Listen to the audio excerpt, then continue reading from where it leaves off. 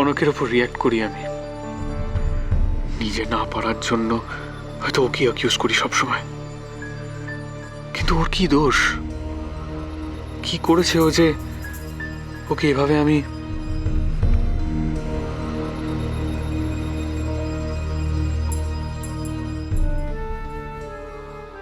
কনক কনক কনক এর মধ্যে ঘুমিয়ে পড়লো নাকি ইচ্ছে করে কথা বলছে না? কনক তুমি তুমি ওপরে শো, আমি না হয়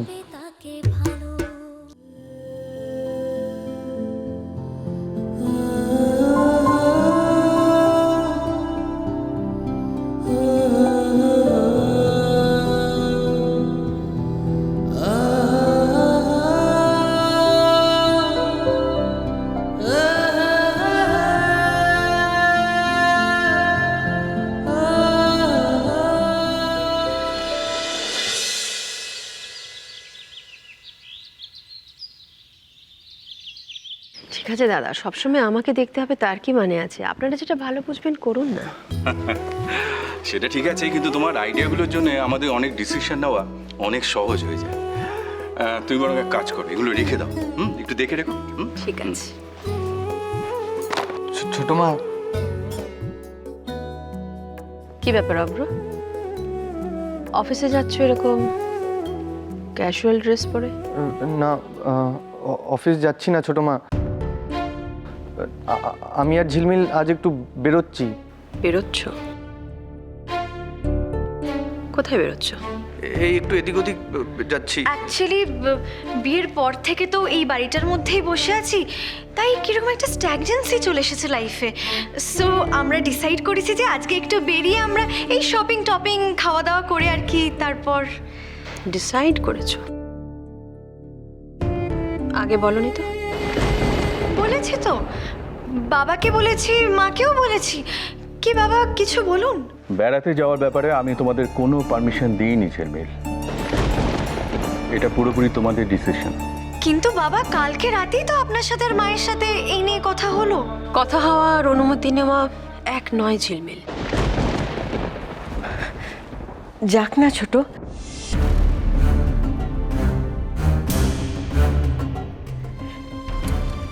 একদিন যখন ইচ্ছে করছে তখন দুজনে মিলে একটু ঘুরে আসুক না। এখন এসব করবে না তো কবে করবে বল? যাক বাবা, বুলি ফুটেছে, ভোকাল টনিকটায় কাজ দিয়েছে তার মানে। তার মানে তুমি অফিস কামাই করে অভ্রদের বেড়াতে যাওয়ার পারমিশন দিয়েছো? না আসলে ওই অভ্রর অফিসে যাওয়ার ব্যাপারটা আমার ঠিক মাথা থেকে বেরিয়ে গেছিল। আর ওরা মানে ঝিলমিল বলল যে। ঝিলমিল কি বলছিল সেটা আমি জানি দিদিভাই, সেটা জানতে চাই না। ও নতুন এসেছে আমাদের বাড়িতে, ওকে আমরা যা দেখাবো যা শেখাবো তাই জানবে তাই শিখবে। আমি বলেছিলাম যে বেরোনোর আগে তোর অনুমতি যেন নিয়ে নেয়। যা তারা ভালো শুরু করেও দেখছি পাল্টি খাচ্ছে। এ কি এত ভয় পায় কেন নিজের থেকে ছোট একজনকে? যাই হোক ছোট, দুজনে যখন সেজে গুজে চলে এসেছে তখন না হয় আজকে একটু ঘুরে আসুক, এরপর না হয় ভেবে চিনতে। আর আর হবে না ছোট মা। হবে নাটা কোনো কথা নয় অভ্র, হলো কেন? তুমি এখনো ভালো করে অফিসের কাজই শেখোনি। প্রত্যেকে ধরে ধরে তোমাকে কাজ শেখায়, কারোর দায়িত্ব নেই তোমাকে কাজ শেখানো, তোমাকে নিজেকে শিখে নিতে হবে। কোনোদিন কাজ নিয়ে, অফিসের কোনো কাজ নিয়ে, কোনো কথা নিয়ে তোমাকে আলোচনা করতে শুনি না। এত আগ্রহ তোমার অফিসের কাজে তো দেখি না যতটা তুমি বেড়াতে যাচ্ছ বলে দেখছি।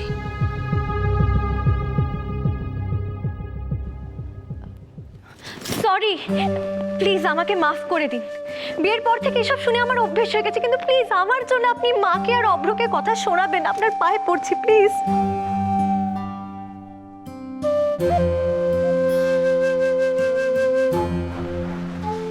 ছেড়ে দেওয়া তো, ছুটির দিন দেখে যাস। ঠিক আছে। না দাদা, ওরা যখন ঠিক করেছে একবার যাবে তখন ঘুরে আসুক।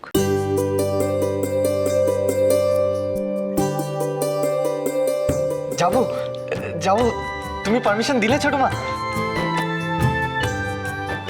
মাকে বলেছো তো? মা যখন পারমিশন দিয়েছেন তখন যাও। থ্যাংক ইউ ছোট মা। বাবা আসছি, মা আসছি, চলো তুমি। মা আসছি, বাবা আসছি।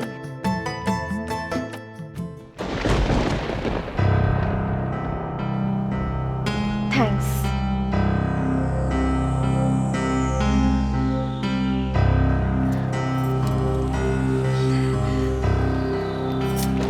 এরপর এরকম হলে একটু ভেবেচিন্তে বলো ওদের। আমি আসি।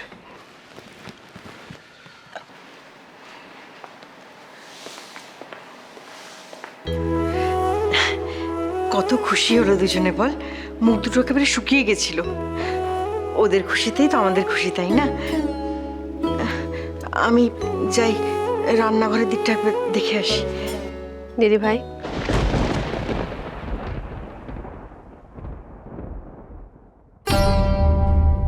একটা কথা বলি তোমাকে, সংসারে যদি একটা জেদ ধরে না, সেটা ফাটলে পরিণত হতে বেশি সময় লাগে না। আমি যেরকম খুব কঠিন কিন্তু নির্মম নই, সেরকম তুমিও নরম হও কিন্তু দুর্বল হয়ে যেও না। তুই যে কেন এসব বলিস শ্রী?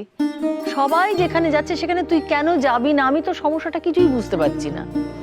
আমার আজকাল সব গ্যাদারিং ভালো লাগে না মা। তুই এখানে না থাকলে কোনো কথা ছিল না শ্রী, কিন্তু তুই এখানে আছিস, থাকছিস এখানে। এখন তুই যদি না যাস ওনারা কি ভাববেন বলতো? ওনারা ভাববেন নাকি তোমার ছোট বৌমা ভাববেন? হ্যাঁ ভাববে, ইন্দু সবাইকে নিয়ে ভাবে, তাই ভাববে। কিন্তু তোর না যাবার কারণটা আমি বুঝতে পারছি না। আমি কিন্তু যাবই মামা, আমি কিন্তু নতুন বউ দেখবো। যাবে তো? তোমার তো পড়াশোনা নেই, কিছু নেই, সবার সাথে কি ফুর্তি করবে? যাও। ওরম করে কেন বলছিস শ্রী? আচ্ছা কোথায় যায় ও বলতো? ছোট মেয়ে, ওর ইচ্ছে করতে পারে তো। যাক না, তোমরা নিয়ে যাও ওকে, আমি যাব না। তুমি না গেলে কি আমার ভালো লাগবে মা? চলো না, চলো। তখন তোকে এক কথা বলে একবার কান ছলাপালা করে দিল। আমি যাব না, তুই যা। ও কি কি করছিস রে?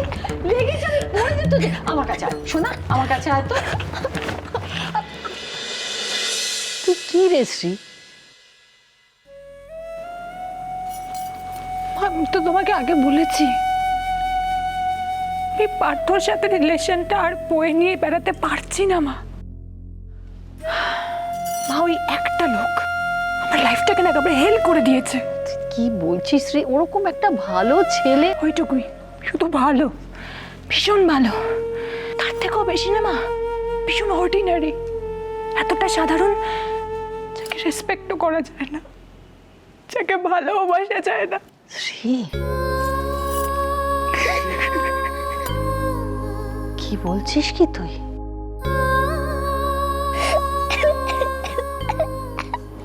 বৃষ্টি, কি হয়েছে? হ্যাঁ, কাঁদছো কেন?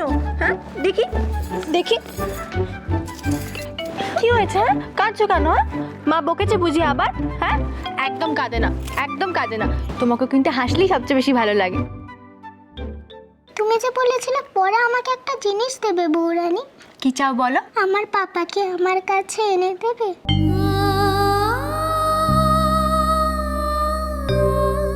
চাঁদ উঠেছে, ফুল ফুটেছে, কদম তলায় কে? হাতি নাচছে, ঘোড়া নাচছে, কনকরানির বে।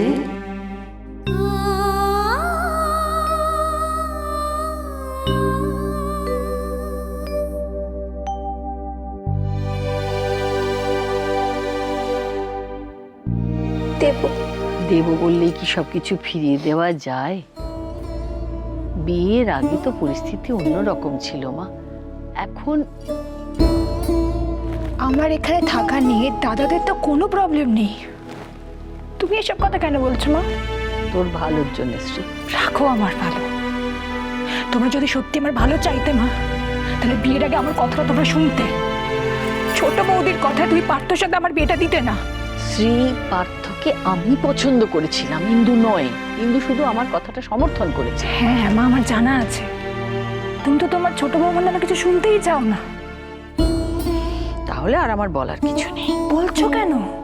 কেন বলছো? তোমরা চেয়েছিলে আমি বিয়েটা করিনি, বিয়েটা করেছি। আমি এখন এই রিলেশনশিপটা মেনে নিতে পারছি না। আমি ওটার থেকে বেরিয়ে আসতে চাইছি। As simple as that, মা।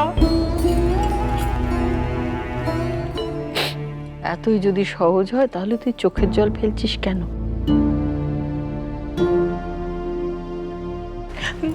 আমার না দমটা বন্ধ হয়ে আসছে। এই পুরো ব্যাপারটা যখন আমি সকলকে বলে দিতে পারবো, তখন আর ইন্দুকে বলতে পারবি?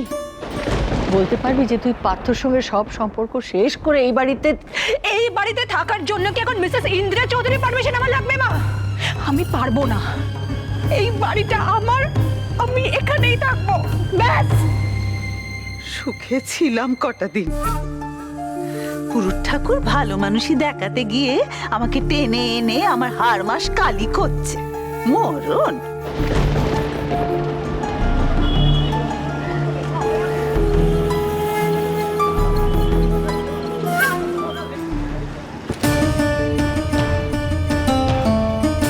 চোখের মাথা খেয়েছেন নাকি?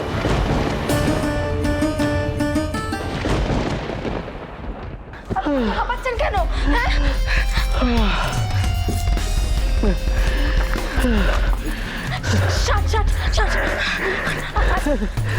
যা কানে